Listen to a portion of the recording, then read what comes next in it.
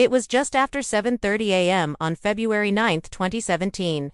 When Emily Carter, a bright, imaginative 9-year-old, zipped up her blue jacket, swung her pink backpack over her shoulders, and stepped out of her family's modest home in suburban Oregon. Her mother watched from the front porch as Emily disappeared around the corner, walking the same short path she'd taken dozens of times before. It was a 3-block journey to Pine Brook Elementary.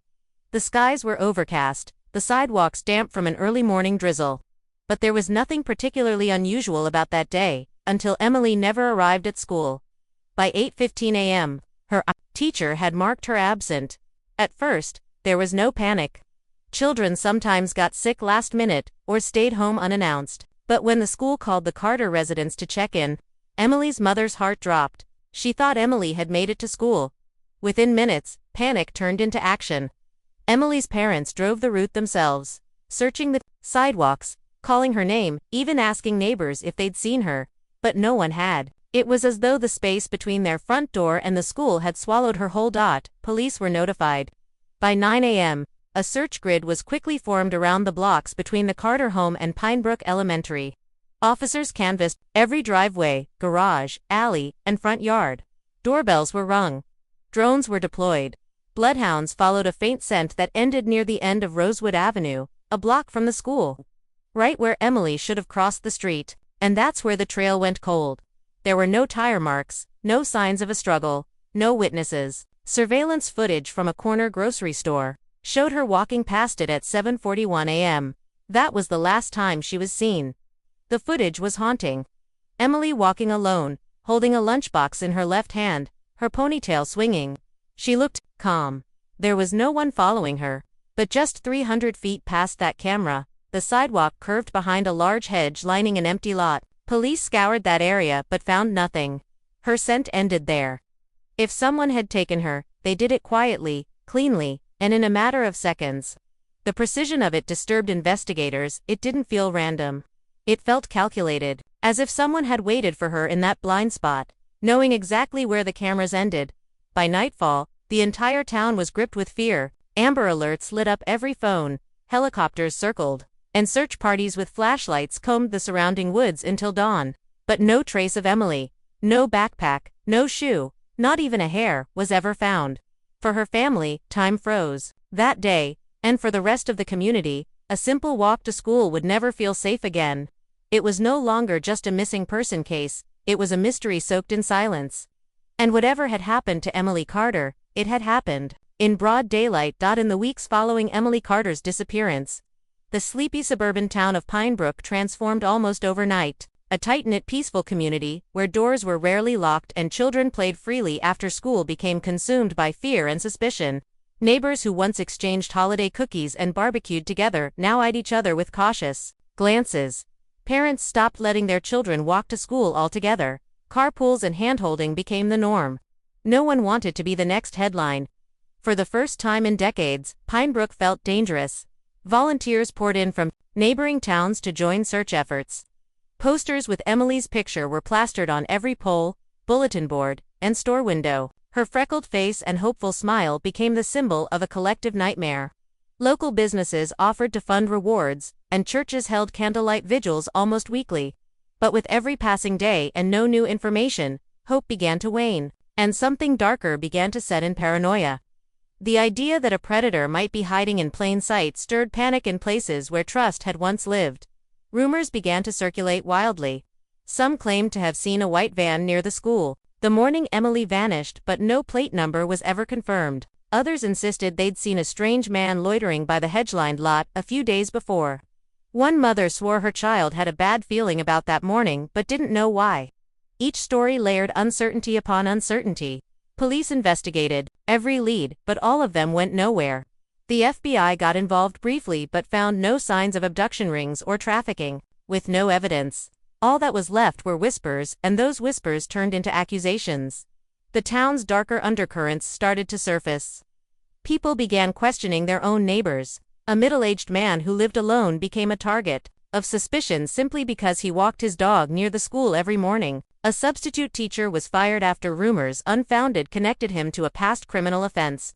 Online forums and social media fanned the flames, creating amateur sleuths out of housewives and college kids. Everyone had a theory, and everyone had a suspect, but no one had proof. And Emily's parents. They started receiving hate mail from conspiracy theorists who accused them of covering something up. Police were under intense pressure, holding weekly press conferences that delivered nothing new. Detectives worked around the clock, but behind closed doors, they admitted what the public feared. They had nothing. No crime scene, no witnesses, no motive. Just a little girl who vanished on a clear gray morning. And a community that now looked over its shoulder with every step. Trust was broken. Peace was lost, and the wound left by Emily's disappearance wasn't just personal, it had infected the soul of the entire town. 2 years after Emily's disappearance, in the summer of 2019, a flicker of hope returned, or so it seemed. A man known only as Greg, a local drifter with a history of mental health issues, walked into a downtown Portland police station. Disheveled and jittery, he claimed that while scavenging for scrap metal near an abandoned RV park on the outskirts of Pinebrook, he saw a young girl peeking out from a broken window. She looked scared, he muttered. She had freckles and a pink shirt. Looked like that girl they keep talking about on the news. I think it was her. Officers, skeptical at first, decided to follow up anyway, and what they found there turned curiosity into full-blown urgency. The RV lot had long been forgotten, tucked behind a rusted fence and overgrown with weeds and blackberry vines. As police combed through the area, one of the officers noticed something half buried near a collapsed fire pit, a small, faded canvas shoe, size 3.5. Children's. The tread pattern was worn down, but it eerily matched the description of the shoes Emily had worn the day she vanished. Next to it, embedded in the dirt, was a cracked plastic barrette shaped like a butterfly. Emily's favorite hair accessory. Her mother had described it in her original statement to investigators 2 years prior. The discovery electrified the investigation. Forensic analysts were rushed in. The shoe and barrette were carefully bagged and sent for DNA testing. The RV on the lot were checked one by one.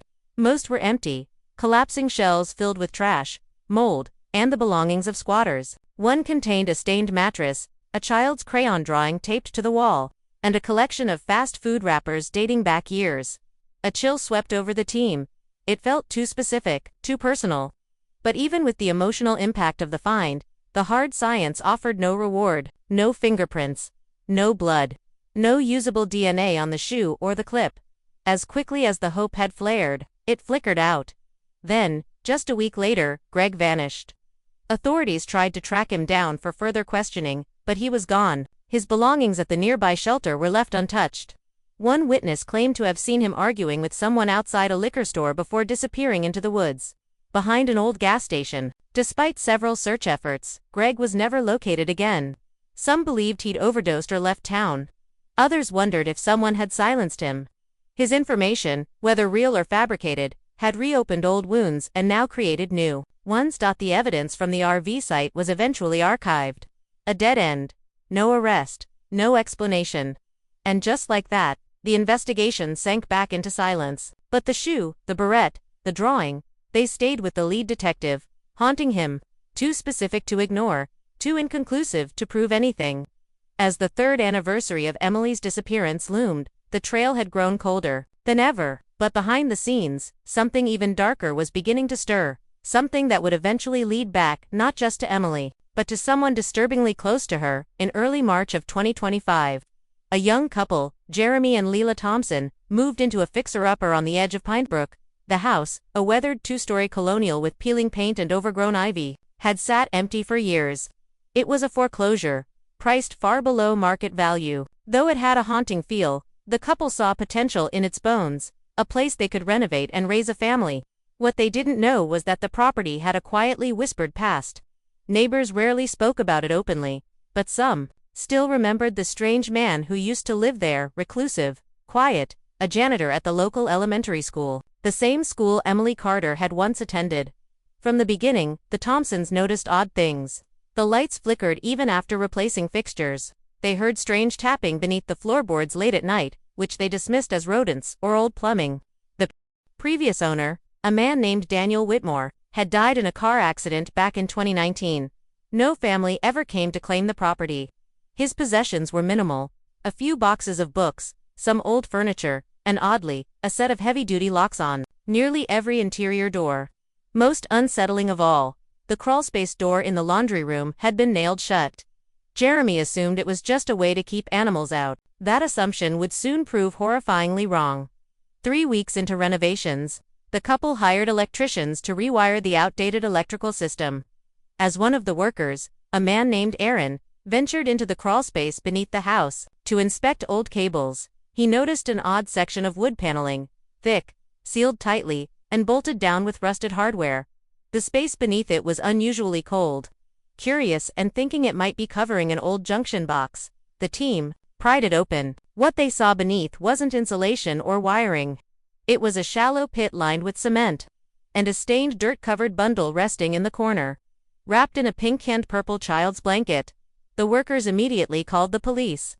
Investigators swarmed the property within the hour. The bundle was carefully removed and opened at a nearby lab. Inside it was a child's backpack, partially rotted, the zipper rusted shut, but still visible, inside the lining of the flap was a faint name tag written in blue ink. Emily C. There was also a crumpled lunchbox with faded cartoon stickers, a mold-stained notebook with doodles of flowers and stars, and a small plastic necklace, the same kind Emily's mother had reported she was wearing the morning she disappeared. Time seemed to freeze as the detectives stared down at what had been hidden beneath their noses for 8 long years. As investigators widened their search of the property, they noticed unusual modifications to the home's layout. A few walls had signs of being rebuilt, particularly in the basement.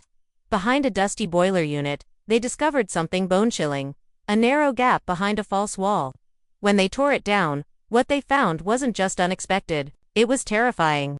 A windowless, soundproofed room, barely large enough for an adult to stand, a single mattress on the floor, a small wooden chair, and scratched into the paint, hundreds of tally marks, uneven, frantic, desperate. No one spoke for a moment. They all knew this room had a story, and it was far from over. The crawlspace had revealed a nightmare, but what lay ahead was worse. Forensics moved swiftly. The backpack and necklace were immediately confirmed to belong to Emily Carter through preserved DNA traces on the strap and hair strands caught in the zipper. But the most disturbing item found wasn't the lunchbox or the decayed blanket, it was the notebook. Weathered and water-damaged, some pages were illegible, but what remained was written in a childish, uneven script were short diary entries. Many were simple. I'm still here. He gave me apples today. Why doesn't mommy find me? The tone grew darker with each entry. The last one was scrawled with a trembling hand. I think I'm going to die in this room. Alongside the notebook were a stack of crude torn paper drawings. Investigators found nearly 30 of them, each more disturbing than the last. One depicted a figure standing outside a door with no handle. Another showed a girl curled up under a bed with long arms reaching in from beneath it. One particular drawing showed what appeared to be 2 figures, one small, one tall, and the taller one was holding a flashlight and a wrench. The setting matched the dimensions of the crawlspace. The flashlight detail deeply disturbed the police, suggesting Emily may have been visited during the night, or dragged in from somewhere else. Whatever she experienced down there, she tried to document it in pictures. That now sent chills down every spine that saw them. Forensic teams scoured the secret room behind the false basement wall. Under ultraviolet light, they uncovered tiny stains on the mattress now confirmed as Emily's blood. Tests showed that the blood came from multiple incidents, spaced apart over days or weeks. Along the concrete walls, faint handprints were pressed into the dust, some so small they could have only belonged to a child. The tally marks, 264 of them, were counted and recorded. Investigators speculated they might indicate how many days she survived before she stopped marking time altogether. There was no sign of a struggle inside the room, suggesting she may have been too weak to resist, or simply never left the space after being brought there. In the corner of the hidden room, behind a loose board, they discovered a small tin box. Inside were fragments of a broken toy keychain, a button, and a photo torn in half. The photo was later confirmed to be one of Emily's school portraits, the same photo her parents had used for the missing posters years earlier, but someone had scribbled over her eyes in ink. Investigators theorized that Emily may have been allowed to keep it or her captor left it as a cruel token. The tin also held a single, curled piece of paper with a list of dates. And next to each date, a single word: quiet, crying, sleep, won't eat. These chilling notations hinted that someone had been observing her closely, documenting her physical and emotional state like a sick experiment. Outside the home, media had already caught wind of the story. Police tried to maintain a perimeter, but word spread fast. Emily Carter's name was back in headlines. Her family was contacted, and within hours, her mother arrived at the property, breaking down when shown the items recovered. "That's her handwriting," she whispered while holding the diary. "That's her drawing." The house was no longer just a crime scene, it was a tomb of silence and suffering. And the chilling part, there was no sign of a body. Emily had lived here, she had drawn here, she had died here, or had she? As investigators examined the contents of the crawlspace and the hidden room, one detail began to gnaw at them: the writing in the notebook. While most entries were undoubtedly in Emily's handwriting, the last few pages had a different tone. The letters were cleaner, sharper, more adult-like. At first, the assumption was that Emily had simply improved her handwriting under stress, but something didn't feel right. A handwriting expert was brought in. The analysis revealed that while the earlier entries were authentic, the final ones, including the heartbreaking "I think I'm going to die in this room" line, were most likely forged. The idea that someone else had written those words, imitating a terrified child, sent a chilling wave through the investigation. Detectives began to suspect that someone may have tried to craft a narrative, perhaps to mislead investigators. Or worse, to stage a false ending to the story. That same week, a forensic architect was brought in to study the layout of the home. A strange detail emerged. The house's square footage, according to city records, was 160 square feet less than what was physically measured. It didn't make sense unless a portion of the house had been intentionally hidden during previous inspections. This led the team to re-examine every corner of the property with specialized imaging tools, which revealed hollow voids behind one of the basements, thick concrete walls. What they found hidden behind that wall would unravel everything they thought they knew. Behind the concrete wall was a second concealed chamber, this one even more fortified than the first. It had been soundproofed with foam, covered in thick rubber insulation, and reinforced with layers of sheetrock and plywood. Inside was a narrow cot, a light bulb controlled by a timer switch, and a milk crate filled with notebooks and VHS tapes. The tapes were labeled only by dates, some going back to early 2017. Authorities knew immediately this was more than a holding room, it was a control room. A place where someone watched, recorded, studied. A place meant for long-term captivity. In one of the notebooks inside the crate was a series of journal entries, this time unmistakably written by an adult. The entries weren't about guilt or remorse. They were cold, clinical, emotionless. Lines like, "Day 23, subject has stopped asking for her mother," and "condition worsening, switched to liquid nutrients." The worst came from an entry, dated April 12, 2017, the same date as the last supposed diary. Entry from Emily's notebook: "Will attempt sedation to manage screaming. Testing dosage tonight." It became clear this wasn't a crime of passion. It was calculated, sustained, scientific, even. Someone had been treating her like an experiment and had documented every moment of her slow psychological breakdown. What rattled the team further was the discovery of personal photographs buried beneath the cot, including one of Emily, with her second-grade class. That specific photo had never been released publicly. The only people who had access to it were school staff and a handful of parents. When authorities cross-referenced employee rosters from Emily's school with the previous owner of the house, the connection became undeniable. Daniel Whitmore, the man who had lived in the house before dying in 2019, had been a janitor at Pinebrook Elementary for 14 years. He had access to school property, staff records, and most hauntingly, the trust of children. But even more unsettling, phone logs revealed he'd had multiple calls with someone else during the weeks after Emily vanished. Someone still alive, someone still hiding a secret. The shocking discovery of Daniel Whitmore's secret chamber was enough to reopen every sealed file in Emily Carter's case. But what stunned detectives the most wasn't what they found in the house, it was what they found in his phone records. During the critical window of February to April 2017, the time Emily was believed to be held captive, Whitmore had exchanged dozens of calls with a number that had long since been disconnected. After tracing the phone account, investigators discovered it was once registered under the name Mark Carter, Emily's own father. It sent a ripple of disbelief through the entire investigation. Had he been in contact with the man who potentially kidnapped his daughter? If so, why? Emily's father had always been publicly devastated. He cried during interviews, organized fundraisers, and even led search parties in the early weeks of her disappearance. But behind the scenes, he'd stopped cooperating with police within the first year. At the time, they chalked it up to grief. Now, that silence looked like something else entirely. A subpoena of old emails and messages revealed strange communication patterns between Mark Carter and Whitmore dating back months before Emily vanished. Most of it seemed innocuous, casual exchanges about work, plumbing issues, and neighborhood gossip, but one thread stood out.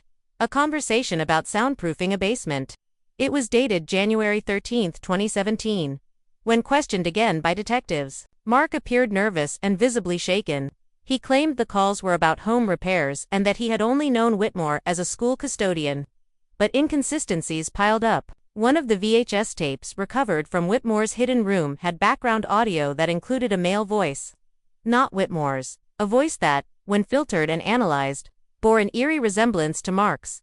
Still, without definitive visual evidence or timestamps, no formal charges could be filed. Emily's mother, Claire, was crushed. She'd stood by her husband through 8 years of sorrow, and now she had to face the possibility that the man she shared her life with may have known what happened to their daughter all along. The community, too, was split. Some believed Mark was involved in a horrifying conspiracy. Others argued that grief can manifest in strange, inexplicable ways, and that coincidence wasn't the same as guilt, but the evidence was too specific to ignore. More troubling still, Emily's mother revealed that 4 years after the disappearance, Mark had shown a strange reluctance to move houses or change their phone number, insisting that Emily might call or find her way back. At the time, it sounded like a desperate father's hope. Now, it felt like fear that someone might reach out or expose something. With every revelation, the Carter family's image shattered further. Claire filed for separation weeks after the investigation into Mark reignited. She refused to speak to the media again. The once sympathetic neighbors now whispered behind curtains, pointing at their house with suspicion instead of pity. The story had always been about a missing girl, but now it was also about betrayal, buried secrets, and a family possibly entangled in something much darker than anyone had dared to believe. And still, the most haunting question of all remained unanswered. Did Emily ever try to escape? And was someone she loved the reason she never could? 8 years ago, a little girl vanished on her way to school. A walk so ordinary it should have ended with a bell and a backpack hung in a cubby. But instead, it ended in silence, and in secrets buried beneath floorboards.